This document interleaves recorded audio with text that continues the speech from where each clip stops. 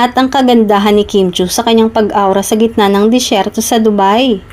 Sa kanyang Instagram post, ibinahagi ni Kim ang kanyang photoshoot sa Dubai bilang bahagi ng kanyang pagdiriwang ng kaarawan. A year older and welcome the sunrise that whispers hope and I greeted it with gratitude, say ng aktres sa post. Ikinuwento ni Kim na wala siyang planong birthday shoot pero pinilit umano siya ng kanyang kapatid na si Kam Chiu. All thanks to my ate Kam Chiu who planned everything and said, kailangan may picture ka, it's your birthday. Non-stop.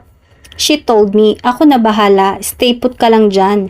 Gising ka ng maaga, may susunod na sayo. Chika pa ni Kim. Tuwang-tuwa naman ang aktres sa kinalabasan ng ginawa nilang photoshoot. Pak na pak nga ang pag-aura ni Kim habang suot ang long flowy dress na sumasabay sa hangin habang nasa gitna ng disyerto.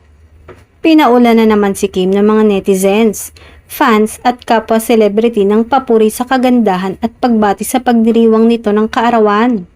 Samantala, matapos ang kaarawan ay nagkita naman agad sila ng aktor na si Paolo Avellino para sa Sunday jogging na kinakiligan ng mga fans.